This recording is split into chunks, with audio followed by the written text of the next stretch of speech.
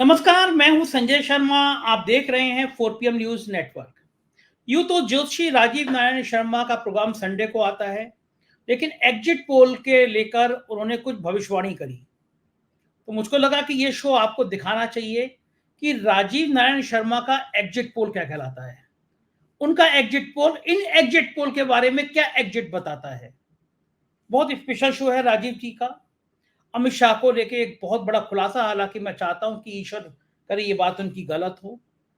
कुछ और बड़े-बड़े खुलासे हैं इस शो में राजीव जी के। बहुत स्पेशल शो है। उन्होंने बता दिया कि 4 तारीख को नतीजे क्या आ रहे हैं और एग्जिट पोल में क्या आने वाली है, ये सारी बातें उन्होंने बताई हैं।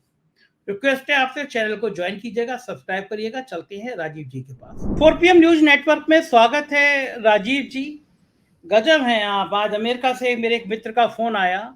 आपने कोई 5-6 महीने पहले भविष्यवाणी करी थी, ट्वीट भी किया था और मैं अपनी टीम से कहूँगा वो ट्वीट लगा दें, दिखा दें। इस ट्वीट में आपने लिखा था कि ट्रंप जो है वो दोबारा सत्ता उनको नहीं मिलेगी और फिर ये भी लिखा था आपने ट्रंप को कि ये आपराधिक मामले इन पर चलेंगे और जेल भी हो सकती है। अमेरिका से उन्होंने जानकारी दी कि ट्रंप दोषी करार दिए गए हैं, शायद 11 जुलाई को सज़ा सुनाई जाएगी। मैं तो सोचता था कि आप अमेठी और उत्तर प्रदेश और फिर दिल्ली और मोदी से अटके रहते हैं। आप तो दुनिया की सटीक भविष्यवाणी करने लगे, अमेरिका की भविष्यवाणी करने लगे हैं। तो ये अमेरिका में भी बजरंगबली आपका कमाल दिखा रहे हैं। हम तो सोच रहे थे बजरंगबली हिंदुस्तान में रहते होंगे। तो ये बजरंगबली का केंद्र वहां से भी आ रहा है, अमेरिका से भी आ रहा है। अमेरिका की भविष्यवाणी कैसे कर दी थी आपने? हाँ, देखिए संजय जी, ऐसा पहली बात तो बजरंगबली की बात है। बजरंगबली पवन पुत्र हैं और पूरी दुनिया में जीवन की कल्पना ही नहीं कर सकते आप बिना पवन के। तो पवन पुत्र तो सब जगह व्याप्त, सब जगह है उनका, सब जगह वो उनका स्वामित्व है, वो पूरे संसार के राजा हैं। अब आता हूँ अमेरिका की भविष्यवाणी की, तो थोड़ा सा मैं करेक्ट करना चाह रहा हूँ। वो भविष्यवाणी 2019 की है। अच्छा, सॉरी हाँ, 2019। 27 सितंबर, ट्वीट दिखाइएगा।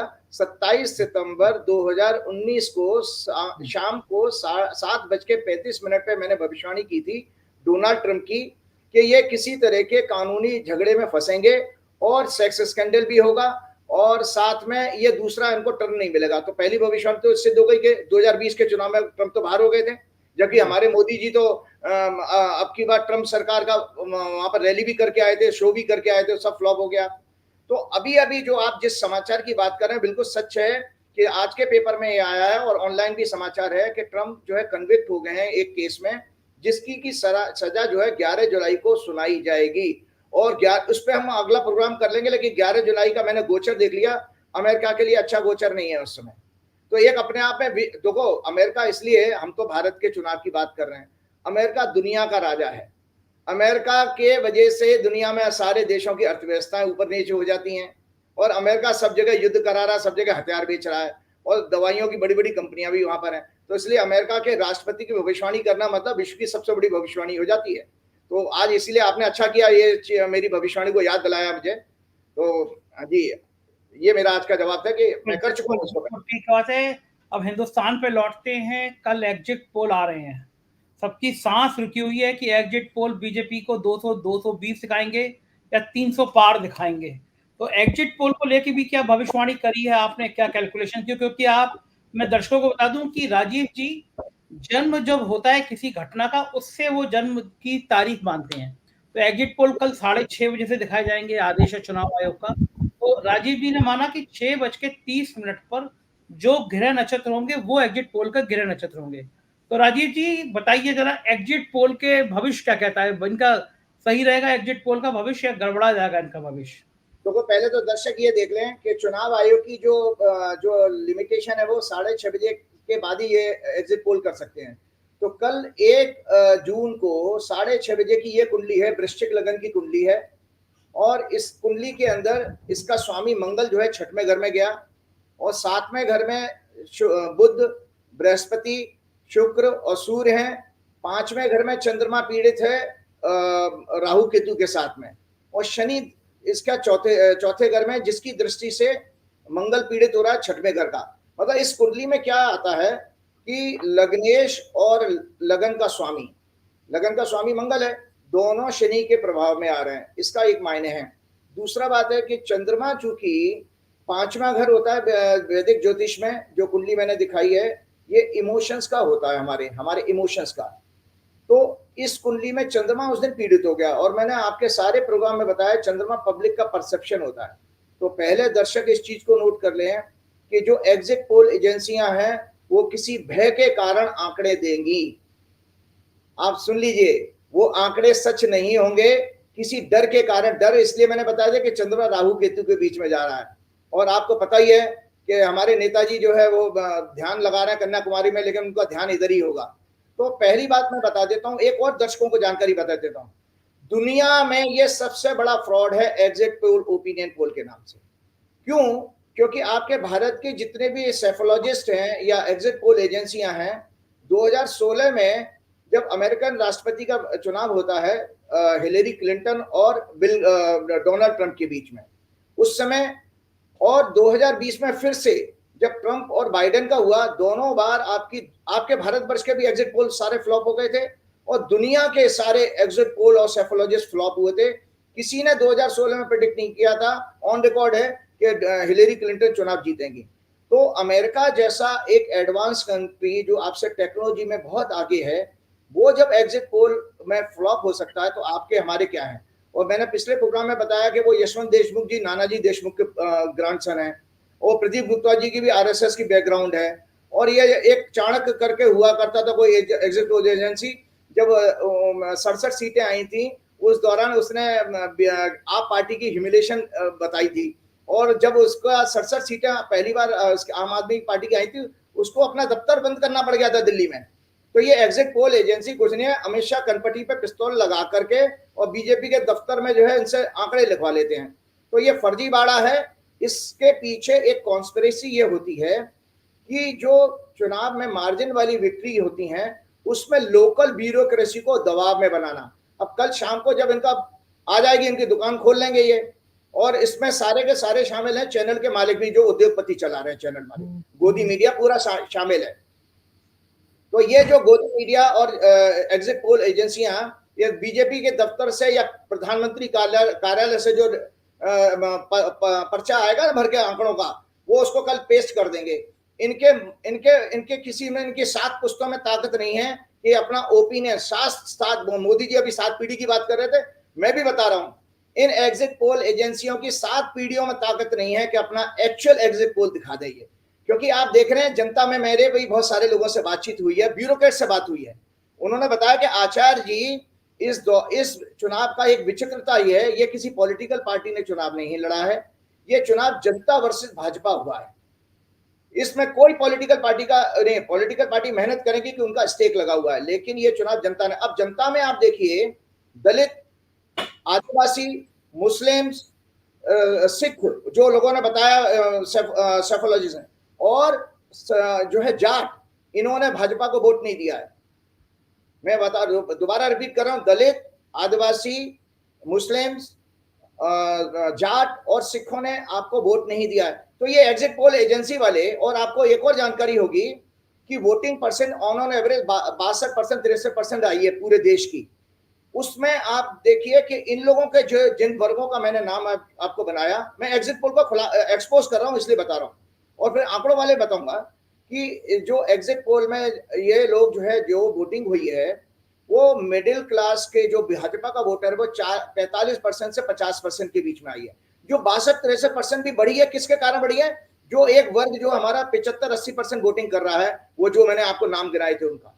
तो इसीलिए इन एग्जिट पोल एजेंसियों के पास कोई ताकत नहीं है कि गांव देहात में जो है जाकर के किसी का पब्लिक का, पहले तो पब्लिक बहुत स्मार्ट हो चुकी है, सोशल मीडिया के रिवॉल्यूशन के बाद में आज पब्लिक जो है किसी कैमरामैन को या किसी जर्नलिस्ट को या एग्जिट पोल एजेंसी को कोई अपना विचार नहीं बताता है।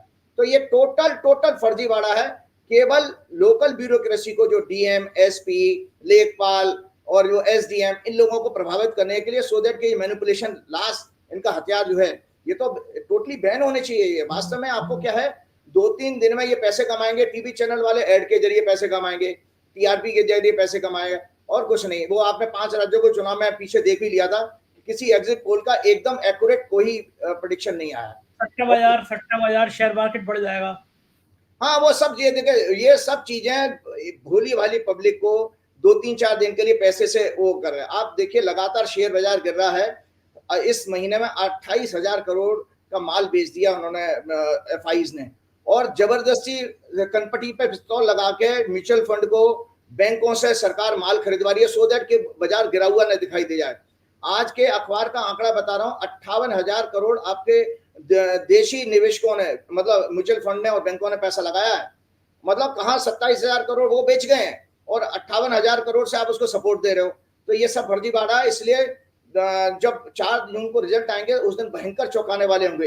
एक चीज और मैं आपके प्रोग्राम में आज शेयर करना चाहता हूँ। तो मैंने एग्जिट पोल की आपकी कहानी बता दी कि एग्जिट पोल अपने आप में एक बहुत बड़ा फ्रॉड है और दर्शक उसमें विश्वास न करें। और इसकी जो आंकड़े हैं, क्योंकि शनि की दृष्टि लगन पर और लग्नेश पे गई, शनि किसी चीज को धीमा कर देता है।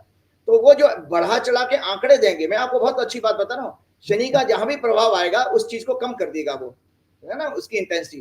क्योंकि शनि की दृष्टि खराब मानी गई है, पोजीशन अच्छी है ज्योतिष में, वैदिक ज्योतिष में बृहस्पति की पोजीशन खराब मानी गई है और दृष्टि बहुत अच्छी मानी गई है, दोनों में फर्क है।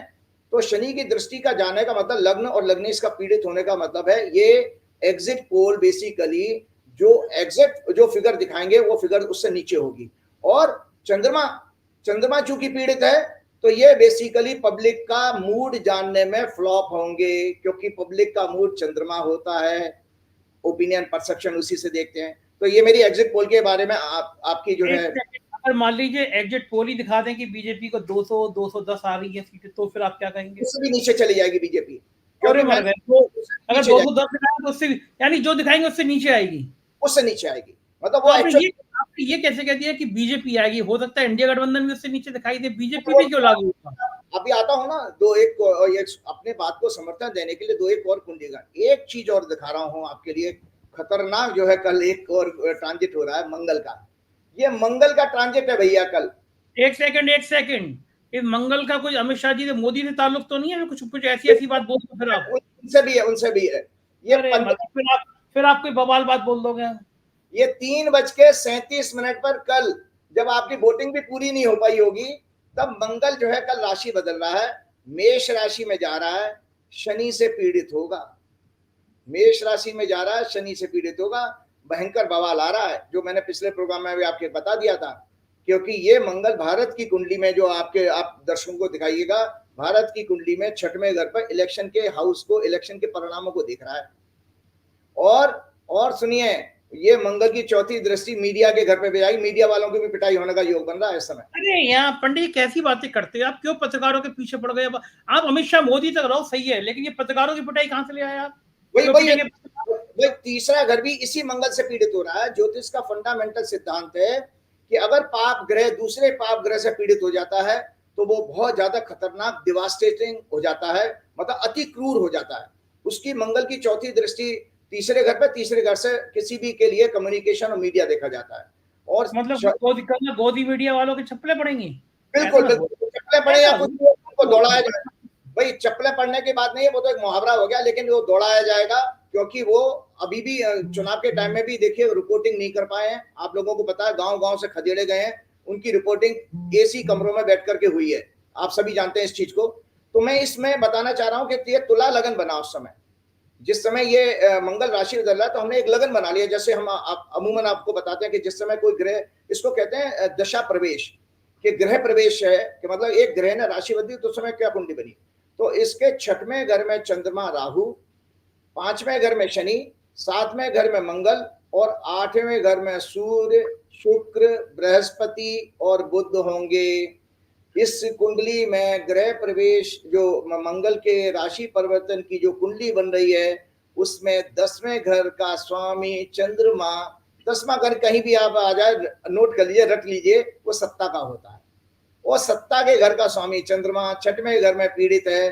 तो मंगल की राशि का परिवर्तन भी ये बता रहा है कि जो सत्ता में बैठे लोग हैं उनके लिए भयंकर घोर मानसिक कष्ट का योग बन रहा है कल, घोर मानसिक कष्ट का योग। अब इसको सपोर्ट और करता हूं, मैंने आपकी कुंडली में दिखाया, दिखाइएगा, ये भाजपा की वार्षिक फल है, जो आपने पिछले 2-3 प्रोग्राम में भी दिखाई है।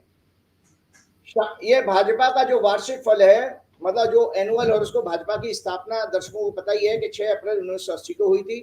तो इस साल का जो एनुअल हॉरोस्कोप 6 अप्रैल 2024 को जो बना, शाम को 6:31 पर बना था, और इसमें कन्या लगन निकल के आया। सातवें घर में शुक्र राहु सूर्य और छठवें घर में मंगल शनि चंद्रमा और आठवें घर में बुध था, वक्री था, अस्त था, जो लगन का स्वामी, कन्या लगन का स्वामी बुध होता है। कन्या बुध की दो राशियां होती है, मिथुन और कन्या। हाँ, ये वर्ष का स्वामी जो है शनि है और मुंथा जो छठवें घर में गई है उसका स्वामी भी शनि है। इस शनि की तीसरी दृष्टि लग्नेश पे जा रही है, जो वर्ष का लग्नेश है। इसीलिए मैंने इस कुंडली में आपके बताया था, मैं दोबारा पढ़ के भी सुना देता हूं कि इस वर्ष भाजपा के कई महत्वपूर्ण नेताओं के दुखद समाचार आने का योग है। और लगातार वो देखिए घटना होती जा रही है कि आपने कई सारे प्रोग्राम कर लिए कि किस तरह से दुखद, तो और अभी तो ये साल कहां तक चलेगी, अगले 5 अप्रैल 2025 तक। तो मैं आपको एक बहुत बड़ी जानकारी कल एग्जिट पोल के बाद की एक सूचना दे रहा हूं, एक चौंक आने वाला, मतलब ब्लास्टिंग है आज का प्रोग्राम हमारा, धुआं उठा देगा। और मतलब जिसको कहते हैं कि चूल्हे हिल जाएंगी, देसी भाषा में कहते हैं चूल्हे हिल जाएंगी, तो चूल्हे हिल जाएंगी, समझते हैं आप बातें? हाँ, पूरी फाउंडेशन हिल जाएगी। तो एनुअल हॉरोस्कोप का जो मैंने आप लोगों को बताया, भाजपा की स्थापना 6 अप्रैल 1980 को हुई थी। इसका मिथुन लग्न और वृश्चिक राशि है। चंद्रमा नीच का होकर झगड़े मैनिपुलेशन के 6वें घाव में वक्री राहु केतु से पीड़ित, मंगल से पीड़ित हो रहा है। वर्तमान वर्षफल 24-25 का 6 अप्रैल 24 को साय 6:31 पे शुरू हुआ। अब मैं इसमें बता रहा हूं कि इनके महत्वपूर्ण, इसमें मैंने फलादेश लिखा था, ये दिखा भी दीजिएगा। इनके महत्वपूर्ण नेताओं के गंभीर बीमारियों और अन्य अशुभ समाचार का योग बना रहे हैं। इस वर्ष पार्टी के बिखरने और टूटने का, सहयोगियों के साथ झगड़े का भी योग है। मतलब एग्जिट पोल आने के बाद अगर इनके एलाइज के टूटने के समाचार आ जाए कि नीतीश कुमार भाग गए, चंद्रबाबू नायडू भाग गए, ये आप देख लीजिएगा। और पार्टी में भी विघटन हो रहा है, कोई विरोधी गुट निकल के आ सकता है जो मोदी जी को चैलेंज करेगा। वर्षफल भाजपा के तीसरे बार पूर्ण सत्ता में आने के योग का संकेत नहीं दे रहा है, जो मैंने अभी दिखाई कुंडली। इनके विदेशों में छवि और बिगड़ेगी, जनता का इनसे मोह भंग होगा, इसीलिए वोटिंग परसेंटेज कम हुई है। ये सारी घटना मैंने आपके उसमें बता दी। तो इसके केस में कल जब होगा, मैं आपको बताता हूँ आने वाले टाइम में क्या होगा। सुशील मोदी जी की अचानक मृत्यु के बाद भाजपा बिहार में खत्म, शिंदे और अजीत पवार के साथ जो गठजोड़ किया था वो महाराष्ट्र में भाजपा खत्म, भाजपा का अंत होने जा रहा है, इसलिए सिलसिलेवार बता रहा हूं। पंजाब में भाजपा नहीं है, महाराष्ट्र में भाजपा नहीं होगी, खत्म, इनका वजूद खत्म हो जाएगा। बिहार में भाजपा खत्म हो जाएगी, तो सुशील मोदी ने जो भी भाजपा खड़ी की है वो सुशील मोदी ने खड़ी की थी। उत्तर प्रदेश में भी इनका बुरा हाल होगा क्योंकि इनके पास कोई बड़ा नेता नहीं है। मतलब आप देखिए मोदी अमित शाह ने क्या किया कि लगातार पार्टी को इतना कमजोर कर दिया कि जमीनी राजनीति खत्म कर दी है। बेसिकली कॉर्पोरेट के आदमी है, उद्योगपति है ना, व्यापारी है। भाई गुजरात के लोगों का एक मूल आत्मा जानते हैं उनकी क्या होता है, धंधा। और मोदी जी ने आते हुए 2014 में भी कहा था कि मैं तो धंधा करने आया हूँ, तो उन्होंने वास्तव में राजनीति में धंधा ही किया। इसीलिए जो जमीन के नेता थे, चाहे वो वसुंधरा राजे थी, चाहे शिवराज सिंह चौहान थे या राजनाथ सिंह थे, गडकरी थे, इनका सबका जो है कमजोर कर दिया उन्होंने। तो ये मेरा वर्षफल, ये मंगल का राशि परिवर्तन, इसको जरूर हाईलाइट बनाइएगा कि मंगल का राशि परिवर्तन बीजेपी के लिए मौत की समाचार लेके आ रहा। सत्ता भी जाएगी, पार्टी भी टूटेगी, सहयोगी भी भाग जाएंगे। और इसके लिए आपको बता दूं, चूंकि जो वर्षफल मैंने दिखाया, मैं कुंडली दोबारा नहीं दिखाऊंगा, केवल संकेत दे दूंगा। अमित शाह की भी यही कुंडली है, कन्या लगन की कुंडली। अमित शाह की कुंडली में जन्म का चंद्रमा नीच का, जन्म का मंगल नीच का है और वो दूसरे भाव में नीच का सूर्य बैठा उनके, और बुध भी, लग्नेश भी वहीं बैठा, उसको चौथी दृष्टि से देख रहा है। उनकी जन्म की कुंडली में शनि 6वें घर में है, जो जन्म का मंगल उनको 8वीं दृष्टि से देख रहा है। अब जो मंगल कल राशि परिवर्तन कर रहे हैं, हमने निरंतर पिछली भी चर्चा की, अमित शाह जी कोई अनुष्ठान करवाएं अपने लिए, पूजा पाठ करवाएं, उनके लिए भी कोई भयंकर अशुभ समाचार, हेल्थ का या जेल से संबंधित कानूनी कार्रवाई का कोई योग बन रहा है। कल 3:37 के बाद, कल की दर्शक नोट कर लें, 3:37 के बाद अमित शाह जी के लिए भी एक अच्छा समय नहीं है। भाजपा के लिए खराब और अमित शाह जी के लिए भी खराब है, क्योंकि 45 दिन गोचर होता है, 45 दिन अपने आप में बहुत होते हैं। ये शास्त्रों का नियम है। देखिए संजय जी, जब किसी की मृत्यु आती है तो उसका 8वां घर पीड़ित हो जाएगा, लगन पीड़ित होगा, 8वां घर है मृत्यु का, मतलब 8वां घर में पाप ग्रह नहीं आने चाहिए, पीड़ित नहीं होनी चाहिए। और 6वां घर तो उनकी दशा अभी चली रही है, क्योंकि उनकी वर्तमान में दशा जो है बृहस्पति में शनि की दशा शुरू हो चुकी है। और मैंने आपके पिछले प्रोग्राम में बताया भी था कि 2010 में भी जब ये शनिदेव आए थे, राहु में शनि जब आया था तो उनको जेल जाना पड़ा था 3 महीने के लिए, और तड़ी पार भी हो गए थे ये। तो ग्रह ने उस समय भी इनको दंडित किया था, और अब वापस ये दंड के लिए यहाँ पर आ गए हैं। इसके साथ साथ जी कुछ कहें? हाँ, तो मेरा ये है कि मैं ये कह रहा था कि एग्जिट पोल के, यानी एक तरह से आपने कह दिया कि एग्जिट पोल गलत ही साबित होंगे नतीजों में। भाई देखिए, मैंने आपको अपने पिछले प्रोग्राम में फेक न्यूज की एक बुक दिखाई थी। हाँ, आपको हाँ। आपको मैं बता देता, आपने जिनकी फेक न्यूज की किताब दिखाई थी, उनका मेरे पास मैसेज आया कि संजय जी बहुत बहुत शुक्रिया, आपने हमारी किताब दिखाई। वो लेखक थे उस किताब के। हाँ, डॉक्टर सूद है, कोई गौरव सूद करके, और हाँ। एमएटी में वो प्रोफेसर हैं, एमबीए की क्लासेस लेते हैं, अच्छे इंसान, मेरे घर में काफी देर बैठ के गए थे। तो I am really thankful to mister Sood कि आपने मुझे वो देख करके इनपुट दिया, जिसके मैं आप दर्शकों को बोल पाया। और आपको बता दें संजय जी, ये जो एग्जिट पोल है ये भी अपने आप में सबसे बड़ा फेक न्यूज है, क्योंकि देखिए किसी पब्लिक के, हमारे आपको आप बताइए, हम लोग 2 लोग बात कर रहे हैं, हमारे हमारे आपके अंतर्मन को कौन जान सकता है? आपके मन में क्या चल रहा है मैं कह दूंगा कोई? तो अब आप सोचिए, इतनी बड़ी पब्लिक के अंतर्मन को, 140 करोड़ लोगों के पब्लिक के अंतर्मन को ये एजेंसियां एसी के कमरे में बैठ के जान सकती हैं? या तो बाबा बागेश्वर होते जो मन को पढ़ लेते हैं, वरना कैसे पढ़ लेते? बाबा बागेश्वर तो पढ़ बाबा लेते। बागेश्वर भी खत्म, बाबा बागेश्वर की भी दुकान बंद हो चुकी है। बाबा बागेश्वर मध्य प्रदेश के चुनाव के बाद बीजेपी ने यूज एंड थ्रो किया, उनको खूब दौड़ाया, बिहार में भी ले गए। आजकल दुबई घूम रहे हैं बाबा जी। हाँ, तो बाबा जी तो चाहे बाबा जी के शुक्र की दशा आ गई हो, तो इसलिए मौज मस्ती कर रहे हैं बाबा जी। तो बाबा जी का भी ऐसा, बाबा जी का विवाह हो जाएगा फिर तो, शुक्र की महादशा आ गई तो। हाँ, नहीं, मैं महादशा तो मैंने ऐसे ही तुक्का मारा है, क्योंकि मुझे कोई उसके पास उसकी कुंडली तो है नहीं मेरे पास में।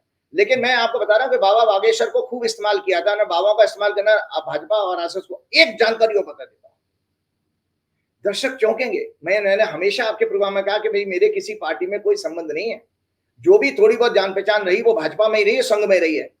संघ के बहुत सारे लोग मेरे संपर्क में है, भाजपा के बहुत सारे लोग मेरे संपर्क में है। वो ये कह रहे हैं कृपया करके इन लोगों से हमें बचा लीजिए, पार्टी बचा लीजिए। तो वो मेरे से आशीर्वाद लेने आ रहे हैं, मेरे से पूछ रहे हैं, और मैं उनका बहुत बड़ा, वो मेरे सारे के सारे लोग मेरे फैन हो चुके हैं, बीजेपी के लोग। बीजेपी आप तो इंटरनेशनल स्टार हो गए, ध्यान रखिएगा, भूल भाल मत जाइएगा। हमें अमेरिका से आपकी जो डिमांड आ रही है, भूल भाल मत जाइएगा। किसी ने मेरे को व्हाट्सएप पे मैसेज किया कि भाई आचार्य जी, जरा अगर कोई अगला प्रोग्राम हो तो उसमें हमारे मोदी जी जो ध्यान लगा रहे हैं उसमें भी कोई जरा सा बोलिएगा। देखिए एक बात तो है, मोदी जी ने खुद बता दिया, ये रहस्य खोल दिया, खोलते नहीं, लेकिन उन्होंने बता दिया कि वो अवतार हैं, भगवान के सीधे अवतार हैं, बायोलॉजिकल पैदा नहीं हुए। अब देखिए, भगवान का अवतार ध्यान लगा रहा है तो पावर आई जाएगी ना। ये एग्जिट पोल नतीजे तो फिर चाहे ईवीएम में जादू हो जाए, कुछ हो जाए, फिर तो सरकार बनी जाएगी ना, अगर ऐसे ध्यान लगा रहे हैं तो। नहीं, कोई ईवीएम में पहली बात दर्शकों को मैं बता देता हूँ, क्योंकि मेरा काम धर्म संस्कृति के जो मतलब उसका जो ओरिजिनल प्योर स्वरूप है उसको बताने का है। पहली बात आपको बता दूं कि मनुष्य को भगवान बनाने का जो कंसेप्ट चला था वो पुराण से चला, पौराणिक पीरियड से। पौराणिक पीरियड कब आया? जब आपके राम जी आए हैं, वरना वेदों में भगवान, मनुष्य को भगवान नहीं कहा गया है। तो आपको मैं बता देता हूँ भगवान के लिए व्याख्या वेद क्या करते हैं, दर्शक सुनेंगे। हम लोगों ने अज्ञानवश जो ईश्वर के विभिन्न रूपों की कल्पना की है वह असत्य है और वेद विरुद्ध है। वेद ने ईश्वर को निराकार माना है। यजुर्वेद के 40वें अध्याय का अंतिम भाग ईश्वर के स्वरूप का वर्णन करता है। ईश्वर कौन है वेद के अनुसार? जिसके गुण, कर्म, स्वभाव और स्वरूप सत्य हैं। मोदी जी के है ही नहीं, मोदी जी तो झूठों का पुलंदा है। जो केवल चेतन मात्र, मोदी जी की चेतना ही नहीं है, वो गालियां देने से लेके जाना, चेतना तो उनकी कमजोर हो गई है। जो एक अद्वितीय सर्वशक्तिमान निराकार सर्वत्र अनादि अनंत है, जिसका स्वभाव अविनाशी है, ज्ञानी, आनंद, शुद्ध, न्यायकारी, दयालु, अजन्मा है, जिसका कर्म जगत की उत्पत्ति, पालन और विनाश करना है, सभी जीवों को पाप पुण्य के फल उचित समय पर देना है, उसको ईश्वर कहते हैं। ईश्वर का स्वरूप वेद कहते हैं सत्य स्वरूप है, ज्ञान स्वरूप है, आनंद स्वरूप है, चेतन स्वरूप है, शुद्ध स्वरूप प्रकाश रूप है और सच्चिदानंद है। स्वरूपों वाला है। ये ईश्वर के सभी गुण कभी भी किसी स्थिति में बदलते नहीं है। तो जो ईश्वर की व्याख्या वेद कर रहे हैं मैं आपको समझा देता हूँ। ईश्वर सत्य का स्वरूप है, मोदी जी असत्य हैं, पैर के नाखून से उनकी डिग्री नकली, उनका जो है चाय बेचना वाला नकली, तो वो असत्य हैं। ज्ञान उनको है नहीं, पढ़े लिखे ही नहीं है। आनंद उनके अंदर है नहीं, कि जो आनंद वो होता है वो आदमी इतना विचलित नहीं होता कि कल के पंजाब की रैली में वो तो 7 पीढ़ियों की धमकी भी देने, गुंडे की तरह से धमकी देने लगे। वो तो कल आपने देखा उन्होंने कहा कि 7 पीढ़ियों के वो खोल दूंगा, 7 पुस्तकों के, कितना वो धमकी देने लगे। मुद्रा फुद्रा जाने कैसी बातें करते हैं। चेतना स्वरूप वो है ही नहीं, शुद्ध वो है ही नहीं, प्रकाश उनके अंदर है ही नहीं। वो तो सब प्रकाश जो है नकली है। वो अरबों खरबों रुपए की कॉर्पोरेट की ब्रांडिंग है। जैसे माल बेचती है ना मल्टीनेशनल कंपनियां, तो वो मल्टीनेशनल कंपनियों का तो एक ब्रांड है बेसिकली। और आपको बताऊं, मोदी जी ने जो राजनीति की है वो बेसिकली उस राजनीति का संजय जी अब अंत होने वाला है। मोदी जी राजनीति, आपको बता देता हूं, आजाद भारत में गुजरात के कोई बहुत बड़े आजादी के बाद बड़े नेता नहीं हुए हैं। एक मोरारजी देसाई जरूर हुए थे, उसके अलावा नहीं हो, क्योंकि मूलतः गुजराती जो है बेसिकली व्यापार में ज्यादा एक्सपर्ट हुए हैं। मोदी जी पहले आए तो मोदी जी व्यापारियों का सहारा लेके आए, तो उन्होंने अपनी पूरी खासी अच्छी खासी ब्रांडिंग कर ली है। तो अब जाने दीजिए, लेकिन जो ध्यान की परिभाषा मैं आपको बताता हूँ। पहली बात मैं आपको बता देता हूँ, एक जीवन में हम लोगों को अगला प्रोग्राम करेंगे कभी मेडिटेशन करने के लिए। मेडिटेशन क्या है? बेसिकली चित्त की वृत्ति। योग शास्त्र में जो आपकी ये योग शास्त्र की ये पतंजलि की योग प्रदीप का है, ये देखिए। इसमें दूसरे मंत्र में महाजी पतंजलि कहते हैं योग चित्त वृत्ति निरोध है। यहाँ योग का अर्थ ध्यान से माना गया है कि जब तक आप अपने मन की वृत्तियों को, मतलब थॉट वेव्स को कंट्रोल करना नहीं जानोगे, तब तक आपका योग नहीं हो सकता। तो योग करने के लिए जो आपको पता है, योग के जो अष्टांग योग है, योग ध्यान तक पहुंचने के, यम नियम आसन प्राणायाम प्रत्याहार धारणा ध्यान समाधि, ध्यान 7वां सीढ़ी है। वहां तक पहुंचने के लिए आपको अपना कैरेक्टर बनाना पड़ता है, जो मोदी जी के अंदर नहीं है। तो यम जो है पहले बताया गया, अहिंसा। मोदी जी तो हिंसा की बात करते हैं, सत्य, झूठ बोलते हैं, अस्ते, चोरी ना करना। उन्होंने इतनी चोरी करी है, इतने एमएलए को खरीद खरोद करके दूसरों की गिरी सरकार है। ये चोरी का उदाहरण समझिए। चोरी केवल पैसे की चोरी नहीं होती है। आपने अगर किसी के विचारों की चोरी करी, किसी का आइडिया चुरा लिया, किसी की बुक्स का कॉपीराइट कर लिया, ये कॉपीराइट, ये आर्टिकल लेकर के कट एंड पेस्ट, ये भी चोरी का उदाहरण। चोरी ना करना, ब्रह्मचर्य, अपरिग्रह मतलब संचय ना करना आवश्यकता से ज्यादा, ये यम कहे गए हैं। और सत्य और नियम कहे गए हैं, शौच, प्यूरिटी इंटरनल और एक्सटर्नल, संतोष, कंटेंटमेंट। मोदी जी के अंदर संतोष नाम की कोई चीज नहीं, ना वो प्यूरिफाइड है। स्वाध्याय, सेल्फ रीडिंग उनकी कुछ नहीं है। तब ऑस्टेरिटी कहते हैं, तब कहते हैं अपने आप को वैराग्य में और तकलीफों में तपाना। मोदी जी तो 10 कपड़े बदलते हैं दिन भर में। और मोदी जी जैसा ऐसा लग्जरी में रहने वाला, जिसने जनता के पैसे से हजारों करोड़ के विमान खरीदे, कई लाखों करोड़ों की गाड़ियां खरीदी, उन्होंने पूरा भोगा है 10 साल जम के। इससे ज्यादा कोई भोग नहीं सकता। तो ये मैं आपको इसलिए बात बता रहा हूँ कि पंडित जी, मोदी जी की ऐसी राशि में कौन सा ग्रह है और आपकी राशि में ऐसा कौन सा ग्रह है जो आप मोदी जी से इतने चिढ़ते रहते हैं? नहीं, देखिए वो ऐसा है आपको। हाँ, मोदी जी से चिढ़ने की बात आज बहुत अच्छी दर्शकों को सुना देता हूँ। एक पौराणिक कहानी है रामायण की। रामायण में मारीच हुआ था, आपने सब जानते हैं। मारीच जो है रावण का मामा था। जब सीता जी को हरना था, तो सीता जी को लुभाने के लिए, उनको अट्रैक्ट करने के लिए वो उसको वेश बदलने का अवतार था। पहले राक्षस क्या करते थे, तपस्या करके परमात्मा से ऐसी सिद्धियां मांग लेते थे। सिद्धियां मतलब वरदान। तो उसने वरदान प्राप्त था, रूप बदल लेता था वो। तो वो सोने का हिरण बन के आया, सीता जी आकर्षित हुई और राम जी उसके पीछे चले गए। और उसके बाद जब उसको तीर मारा, तो उसने पट्टे ने क्या किया, मारीच ने, हे राम, हे सीते, हे सीते, हे सीते की आवाज लगाई। तो वो जो है सीता जी कंफ्यूज हो गए कि हमारे प्रभु राम तो नहीं कष्ट में है, इसलिए वो लक्ष्मण को उन्होंने भेज दिया वहां से। तो उसके बाद रावण आया, चुरा ले गया। तो एक तो मारीच था, एक मारीच का पुत्र हुआ है, उसका नाम था कालनेमी राक्षस। उसको भी पिता की तरह से रूप बदलने का, मतलब वेश बदलने का, उसको भी वरदान प्राप्त था। तो जब लक्ष्मण जी को मेघनाथ के बाण से जब लक्ष्मण जी मूर्छित हो गए, मरणासन थे, उस समय जब उनकी जड़ी बूटी जो हिमालय से लानी थी, तो हनुमान जी को सौंपा गया ये कार्य। तो और समय के बहुत लिमिटेशन थी। तो हनुमान जी जब उड़े हैं रास्ते में, तो उन्होंने देखा एक ब्राह्मण जो है तपस्या कर रहा है, योगी, तो हनुमान जी को रास्ता नहीं समझ में आ रहा था, तो उस योगी के पास पहुंचे। तो रावण ने अपनी ट्रिक इस यहाँ पर भी इस्तेमाल करी है। रावण ने काल नेमी राक्षस से किया कि तुम भाई, समय का गेम था, अगर थोड़ा समय लेट हो जाता तो लक्ष्मण जी के प्राण निकल जाते। तो रावण ने काल नेमी से कहा कि तुम रास्ते में जाना और हनुमान जी को रास्ता भटका देना, गलत रास्ता बता देना। तो जब वो ऐसे ही वो तपस्या कर रहे थे, ऋषि के रूप में बैठा हुआ था वो काल नेमी राक्षस। तो वो काल नेमी राक्षस से जब वो कहा भाई बोले कि ब्राह्मण वर, हे ऋषिवर, जो है मुझे हिमालय जाना है, कौन सा रास्ता है? तो अगर वो लेफ्ट में है तो उसने बताया काल नेमी राक्षस राइट में चले जाओ। तो हनुमान जी दूर तक राइट में चले गए, उनका समय बर्बाद हुआ। फिर हनुमान जी को याद है कि हनुमान जी को तो सिद्धियां प्राप्त थी, हनुमान जी को याद किया इस बदमाश ने मुझे रास्ते से भटकाया। बाद में हनुमान जी ने उसकी हत्या करी। तो पिता और पुत्र मारीच और काल नेमी राक्षस। तो मैं आपके दर्शकों को बताना चाहता हूं कि मुझे बहुत सारे लोगों ने, कहना नहीं चाहिए, शंकर सिंह बघेला जैसे बड़े बड़े लोगों ने कहा कि मोदी जी के अंदर वही काल नेमी राक्षस जैसे गुण हैं, रूप बदलने के, इसलिए वो दिन में 10-10 गुण बदल लेते हैं। और ये जो दो लोग सत्ता में आए हैं, वो लोग एक मामा भांजे, वो मामा, और वो रावण का मामा था और रावण का कजिन था काल नेमी राक्षस, ममेरा भाई हो गया ना। तो हमारे यहाँ दो अभी भी घूम रहे हैं जो 2010 से 2014 से सत्ता में आए हैं, वो एक काल नेमी है, एक मारीच है। खैर, अब इनके अंत का समय आ गया है। जो मैंने जितनी बातें आपको बताई हैं, ये इनका अंत है। और जाते जाते भगवान ने जो कहा है ना, मोदी जी जो ध्यान लगा रहे हैं, मोदी जी का ध्यान नहीं, मोदी जी का ध्यान मोदी जी की आत्मा, मोदी जी के प्राण, मोदी जी की बुद्धि, मोदी जी की 10 इंद्रियां, सब कुछ सत्ता में घुसी हुई हैं। और अगर मोदी जी वास्तव में ध्यान लगाते तो ध्यान की कंडीशन तो यह है कि भाई एकांत में होना चाहिए। भगवान कृष्ण ने चैप्टर 6 में ध्यान लगाने के सारे प्रोसेस को समझाया भगवान कृष्ण ने। तो वो भगवान कृष्ण कहते हैं कि जो भगवान कृष्ण ने बहुत अच्छा कहा है कि जो अद्वेष्टा सर्वभूतानां मैत्र करुण एव च निर्ममो निरंकार सम दुख सुख क्षमी।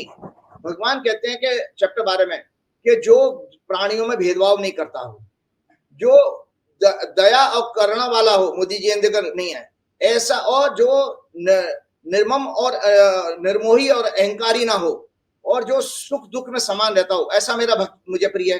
मोदी जी के अंदर विपरीत है। तो जब मोदी जी भगवान कृष्ण की डेफिनेशन में भक्त की श्रेणी में आते ही नहीं है, तो ध्यान कैसा लगेगा? और ये ध्यान व्यान का पाखंड है। ये ध्यान का पाखंड संजय जी बिल्कुल उसी तरह से एक्सपोज होगा जो मैंने आपके प्रोग्राम में बताया था। एंड मैं ही पहला आचार्य था, आपको याद है, शंकराचार्य जी तो बाद में बोलते रहे हैं। मैंने राइट फ्रॉम जनवरी से कहा था कि राम मंदिर का कोई मुद्दा इनको सफल नहीं होगा। और राम मंदिर की मैंने डिटेल में पूरी बताई थी, क्योंकि मैं प्राण प्रतिष्ठा कर चुका था एक मंदिर की। तो मैंने बताया था कि किस तरह से शास्त्र के विहीन उन्होंने प्राण प्रतिष्ठा की थी। और उसका देखिए, आज जब चुनाव ऑलमोस्ट खत्म होने जा रहा है, आज मेरी बातों को पूरे दुनिया, पूरे देश के लोग पहचान सकते हैं कि राम मंदिर का मुद्दा क्या बन पाया। मोदी जी को कोई लाभ मिला उसका? आज कोई चर्चा भी नहीं करता, बल्कि इतना कमजोर ये मुद्दा हो गया था संजय जी कि मोदी जी को फैजाबाद की सीट बचाने के लिए रोड शो करना पड़ा। अगर राम जी का मुद्दा वहां पर इतना पावर, तो मोदी जी का आदमी वहां प्रचार करने ही नहीं जाता, लेकिन वो करने गए ना। तो इसका मतलब जो है कि वो मुद्दा नहीं काम किया। तो इसी तरह जो मोदी जी का ध्यान का नाटक है, ये भी जनता जनार्दन को रास नहीं आएगा। क्योंकि गीता में दिखाता हूं, गीता में चैप्टर 16 में भगवान ने ये कहा है कि जो अनुष्ठान, ये एक अनुष्ठान है, क्योंकि पूरी टीवी मीडिया उसको दिखा रही है, जो अनुष्ठान पाखंड, छल कपट और अपनी महिमा मंडन के लिए किए जाते हैं, दर्शक चैप्टर में देख लेंगे भगवान ने क्या कहा है, वो उनको क्षणिक लाभ मिलता है, वो दूरगामी उनको फायदा पहुंचाने वाले नहीं होते हैं। भगवान ने कहा ये ऐसे अनुष्ठान मुझे प्रिय नहीं है। तो जब भगवान को उनका ध्यान पसंद ही नहीं है, लगे बैठे रहो, अपने मस्ती करते रहो, पिकनिक मनाने गए, ठीक है। संकट ते हनुमान चढ़ावे, मन क्रम वचन ध्यान जो लावे। दर्शकों के लिए एक अपील करना चाहता हूँ। दर्शकों, लगातार मैं 1 वर्ष से आपके पास आ रहा हूं और अपनी बातें कह रहा हूं, तो याद रखिएगा कैसी विचित्रता है कि चुनाव के परिणाम का, जिस दिन चुनाव के परिणाम रिजल्ट आएंगे, उस दिन मंगलवार है, 4 जून को मंगलवार है। आप सभी से मेरी प्रार्थना है कि 5 हनुमान चालीसा का पाठ रोज करिए जब तक चुनाव के परिणाम ना हो जाएं। जैसे हनुमान जी ने बहरूपिये, नाटकबाज, नौटंकीबाज, पाखंडी राक्षसों को मारा था, काल नेमी राक्षसों को, इसी तरह से अहंकारी सत्ता का अंत होगा। शर्त यही है कि आपकी प्रार्थना शुद्ध और नियम से होनी चाहिए, टूटे ना। सुबह दोपहर शाम में कभी भी कर लीजिएगा, आगे पीछे हो जाए कोई बात नहीं है, एक साथ बैठ के नहीं कर पा रहे हैं, लेकिन सुबह दोपहर शाम में 5 की संख्या पूरी करिए, 5 हनुमान चालीसा करिए। और देखिए ये सत्ता से वापस जा रहे हैं। संकट ते हनुमान छुड़ावे, मन क्रम भजन ध्यान जो लावे, सब पर राम तपस्वी राजा, तिनके काज सकल तुम साजा। और देवता चित्त न धरई, हनुमत से ही सब चुप करे। हनुमान जी के अलावा मेरे चित्त में कोई दूसरा देवता आता ही नहीं है। कृपा करो गुरुदेव की नाई। बहुत बहुत शुक्रिया राजीव जी, बहुत बहुत शुक्रिया, धन्यवाद, थैंक यू। ये थे राजीव नारायण शर्मा और आपने इनकी बात सुनी और सुना कि एग्जिट पोल के काल क्या है और काल के नतीजे क्या है। मुझको यकीन है ये आपकी चर्चा पसंद आई होगी। चैनल को ज्वाइन और सब्सक्राइब करना ना भूलें, अपनी राय अब से अवगत कराइएगा। बहुत बहुत शुक्रिया, थैंक यू।